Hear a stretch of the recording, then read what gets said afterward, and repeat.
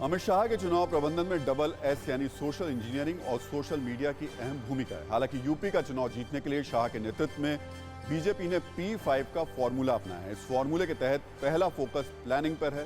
Planning के आधार पर preparation यानी तैयारी होगी, फिर परफॉर्मेंस का नंबर आता है। इसके बाद पार्टी की नीतियों और सरकार की उपलब्धियों का प्रमोशन होगा। इन्हें आधार बनाकर पोलिंग के दिन चुनाव जीता जाएगा। अमित शाह ने 2013 में सबसे पहले यूपी में बीजेपी संगठन को दुरुस्त किया था। इसीलिए संगठन के आधार पर भी बीजेपी ने 4F का फॉर्मूला बनाया है। इसके तहत बीजेपी लोगों से सरकार और पार्टी को लेकर फीडबैक ले रही है। इस फीडबैक के आधार पर मुद्दों का फॉर्मेशन होगा। इस फीडबैक के आधार पर पार्टी अपना फोकस तय करेगी और फील्ड वर्क करेगी। प्रधानमंत्री नरेंद्र मोदी और अमित शाह ये दो लोग हैं जो गुजरात के बाद अब राष्ट्रीय राजनीति में बीजेपी की कामयाबी के आधार स्तंभ बने हुए हैं। विपक्ष प्रधानमंत्री मोदी को निशाना बनाकर उनसे उलझा रहता है। वहीं अमित शाह चुपचाप जमीन पर चुनावी तैयारी करते रहते हैं। विपक्ष प्रधानमंत्री पर निशाना साधता है तो प्रधानमंत्री की लोकप्रियता उसका जवाब देती है। वहीं जमीन पर अमित शाह की तैयारी विपक्ष को चुनावी मैदान में ढेर कर देती है। आपको यह भी जानना जरूरी है कि अमित शाह के नेतृत्व में बीजेपी हर चुनाव पूरी ताकत के साथ लड़ती है। त्रिपुरा में बीजेपी ने लेफ्ट की सरकार को हराकर सरकार बनाई।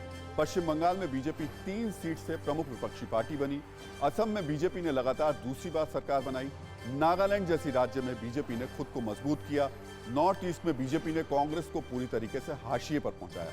बीजेपी लंबे समय तक सत्ता में रहे, इसके लिए अमित शाह ने संसद से पंचायत तक पार्टी संगठन को मजबूत करने और सत्ता दिलाने का मंत्र दिया है। इसका नतीजा ये रहा कि बीजेपी हैदराबाद नगर निकाय चुनाव में भी उसी शिद्दत और तैयारी से लड़ती है जिस तैयारी से पार्टी विधानसभा का चुनाव लड़ती है।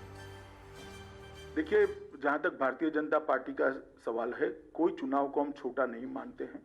कई चुनावों के अंदर हमारे राष्ट्रीय नेतृत्व ने म्युनिसिपल कॉरपोरेशन के चुनाव में हिस्सा लिया है और हमारे लिए जनता जहां मैंडेट देती है वहां हमारी आइडियोलॉजी का, हमारे डेवलपमेंट के एजेंडा का और मोदी जी के विजन का प्रचार करना ये हमारा अधिकार है। 2014 में जब बीजेपी केंद्र में सत्ता में आई थी तब बीजेपी महज 7 राज्यों में सत्ता में थी। तब कांग्रेस 13 राज्यों में सत्ता में थी। लेकिन प्रधानमंत्री मोदी की लोकप्रियता और अमित शाह के चुनावी मैनेजमेंट के मैजिक के साथ आज तस्वीर बदल गई है।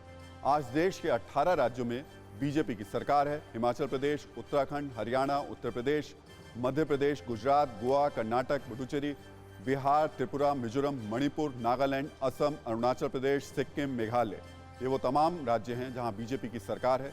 वहीं महज 3 राज्यों में अब कांग्रेस की अपनी सरकार है। हालांकि 2 राज्यों में कांग्रेस गठबंधन में सरकार में शामिल है। परवाह देश की, सोमवार से शुक्रवार रात 10 बजे TV9 भारतवर्ष पर।